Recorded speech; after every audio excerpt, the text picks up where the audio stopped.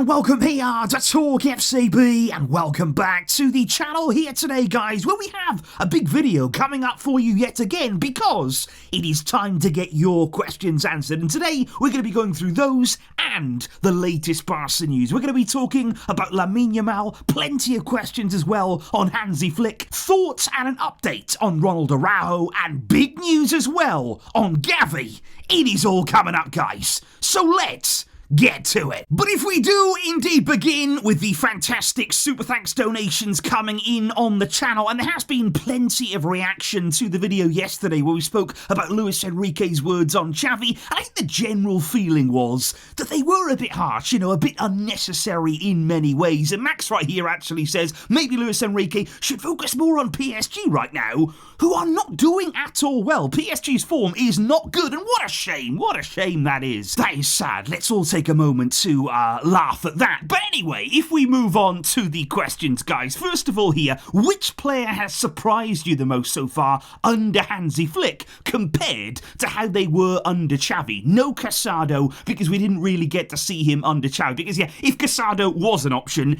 it would have to be him. He has been absolutely unbelievable, the revelation of the season so far. But if I can't pick him, I would have to go then for Raphinha, because even though I know at the end of last season, he did have a bit of an explosion in those games against PSG. He was very, very good. We saw flashes of what he could do in a more central role, in a more free role. We saw that Raphinha did have more potential than the player we'd been seeing up until that point. But I just think this season, even with that form at the end of last season, we never saw this coming. He is completely transformed. He's completely gone to another level that maybe we didn't even know that he had here. Flick and Raphinha have worked absolutely beautifully together, and he has been one of the stars of the season, and maybe they're one of the players who has surprised us most. And then we have another question coming in. Do you think that Hansi Flick will one day buckle under the relentless pressure from the Spanish media and journalists, especially if the team is going through a difficult period of time? And that is the thing about Hansi Flick that maybe I love the most, and especially listening to his press conferences, that's why we started to talk lots more about them here on the channel, because it's important that we realise here that Hansi Flick is not a person, he's not a personality here who is going to be influenced by anyone. And I mean anybody here, because I think Hansi Flick coming into this Barcelona job, it was perfect, and it was the complete opposite of what Xavi had to go through, because Hansi Flick has no connection to the club. And I don't mean that in a bad way, it's a good thing here. He is coming in with no previous connection, no previous ties, no extra pressure on his shoulders, and he also has absolutely no connection to the media. He doesn't know anybody within the media. He's not seen them barely at all throughout his entire career in football. He doesn't even speak Spanish, which we've also said, to be honest, when it comes to the media, is actually a good thing. So he's not really involved in any of that. He doesn't have any of that extra baggage on his shoulders, because you compare it to when Xavi was at the club and you think of what he had to go through there. He knew a lot of the people in the media from his time as a player there, moving on to his time as a coach. I think at times Xavi felt as though he owed them something. He had to give them something. He had to maybe speak in more detail than he should have done. Of course, what led to his sacking there was Xavi speaking very, very honestly and openly in a press conference. And Hansi Flick, he's not about to do any of that. And that is why when it comes to his style of play, I always say he's going to play that high line. And he won't change that for anybody. He's not somebody here who's going to change depending on an opponent. He's not going to change here depending on what's written about him in the media. He has his way. He has his style. He knows what works for him. And he will stick with that in the good and the bad times. And I am absolutely sure we will not see him buckle. Then, guys, we must indeed move on to Lamine Yamal. And I think this is a really important topic here that we have to go into, because obviously at the weekend he was subbed off against Alaves. And again, there was question marks there about his reaction after being subbed off. Was he angry? Was he frustrated? Was some of that directed towards Hansi Flick? And again here, the media, they're looking for an opening. They are looking for an opportunity to lunge at Lamine Yamal, much like many of the defenders that he faced faces on a weekly basis here. The media wants something to really snap at. But that's the thing.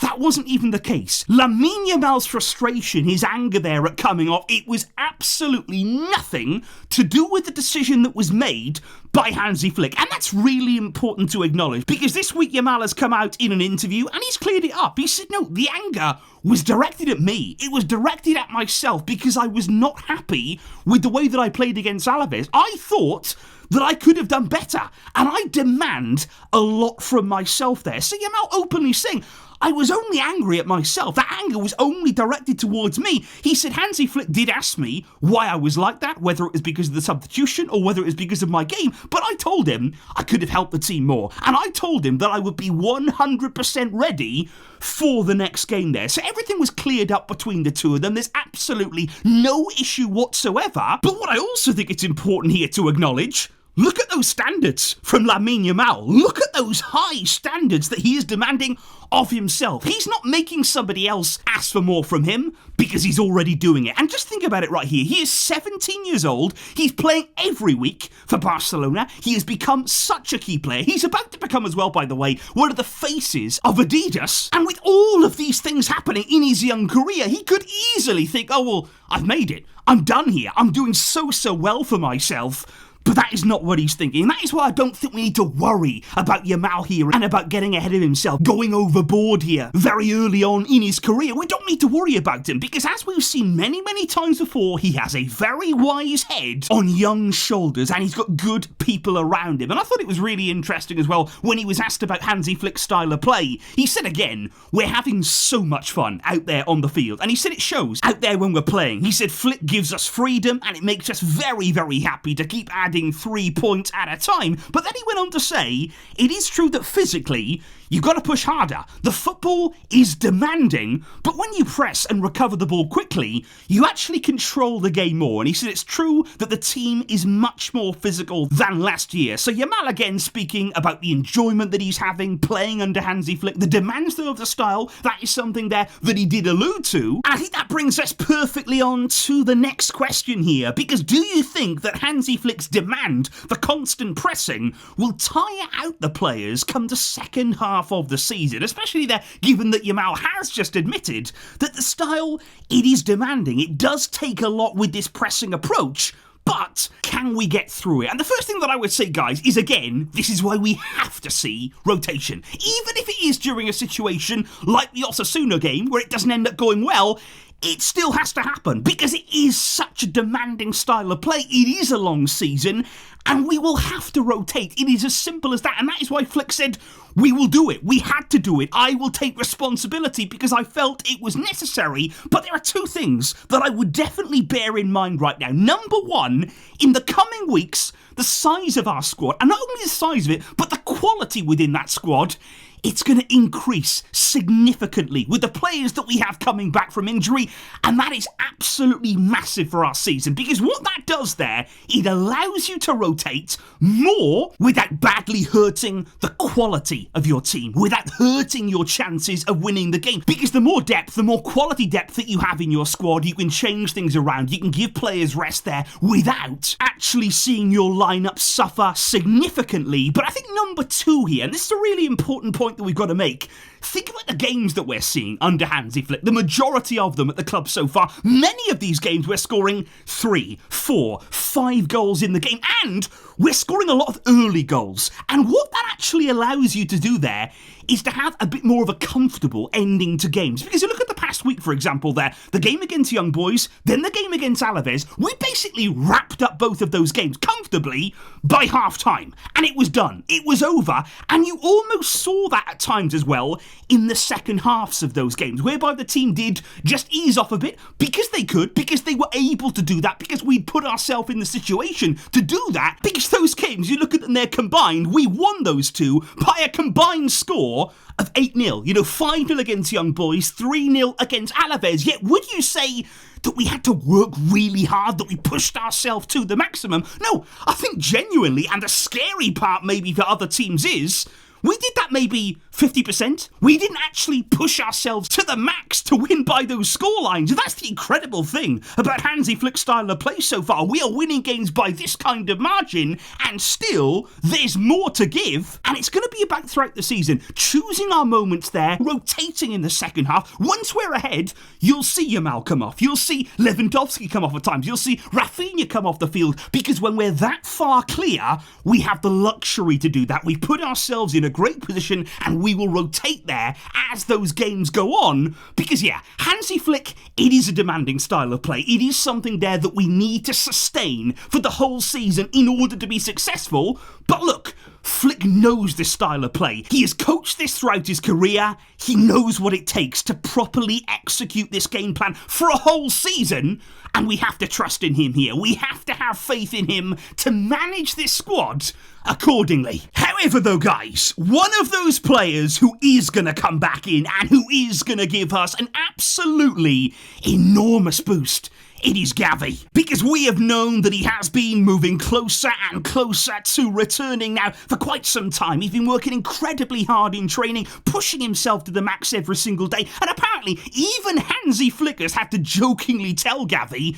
you've got to just calm down a bit with the training, you're going absolutely crazy. But hey, all of that hard work is about to pay off, because Sir have reported this morning that Gavi's return, it is on the way. There was actually a mini match in training apparently, and Gavi in that match completed 45 minutes of it. And by the way, that was played at high intensity, so he had genuine, real minutes under his belt there in that mini match in training, and he is really feeling right now like he can be involved right after the international break for the first game back against Sevilla. He is feeling it. He believes that he can return in that game. And is Gavi about to come back right here and right now? And I cannot believe it, guys. Absolutely amazing to see him on the verge. We have waited literally a year for this to happen. We have all wanted him back so badly. He's a player who we can all connect with. And is he about to return? Because obviously we're going to build up his minutes very, very slowly, like we're seeing right now with Frenkie de Jong, like we saw with Ansu Fati as well. It's going to take time to start games. But if you think about it right now, if he can play some minutes there against Sevilla, make his return, we're going to see what kind of impact he can have in that game. Could he then be involved in some capacity off the bench against Bayern, against Real Madrid in El Clasico? And of course, it is early days, but I just don't expect him to come back in and play sort of half-heartedly, to take things easy when he's on the field. If Gavi is coming back, if Gavi is going to be on the field, he is playing at 100% because he can't do anything else. Do not expect him here to take things lightly, to take things slowly. If he's back, if he's ready to return, we are going to see him at his maximum. And could he be involved in these absolutely massive games to come? Well, it's an exciting time, and we all cannot wait to see him back. Which brings us on then, guys, to another player who we are all really, really looking forward to seeing again. It is Ronald Araujo. And I've got to say, guys, seeing him just yesterday in the training session there, being accompanied by Hansi Flick, the two of them were very, very close. They were talking together, they were exchanging a few ideas maybe, and you can just see from Hansi Flick's general demeanour, general body language there, that he cannot wait to have Araujo back available to him. And he's made no secret, of course, in press conferences of just how much he is looking forward to welcoming him back into his team. Because obviously Araujo brings with him all of that pace, all of that strength, a fantastic 1-versus-1 defender, don't forget, the acceleration there to cover in behind. And don't forget, when that high line is there, it can be breached. You are going to get times where teams can play through you. They play over the top, they play around the corner, and of course you need somebody there who can recover when needed. And Araujo, in terms of recovery in space, he's absolutely at the top there. You would want nobody else in your back line. But the point that I actually want to make here in today's video, guys, is that in the long run, I believe it could actually be beneficial that Araujo has just missed a bit of time here, missed the opening stages of Flick's time at Barça, because he's had a lot more time here to be part of training, to oversee what's happening, the work that's being done with the team, to be involved in all of these team meetings there to understand exactly what Hansi Flick's plan is,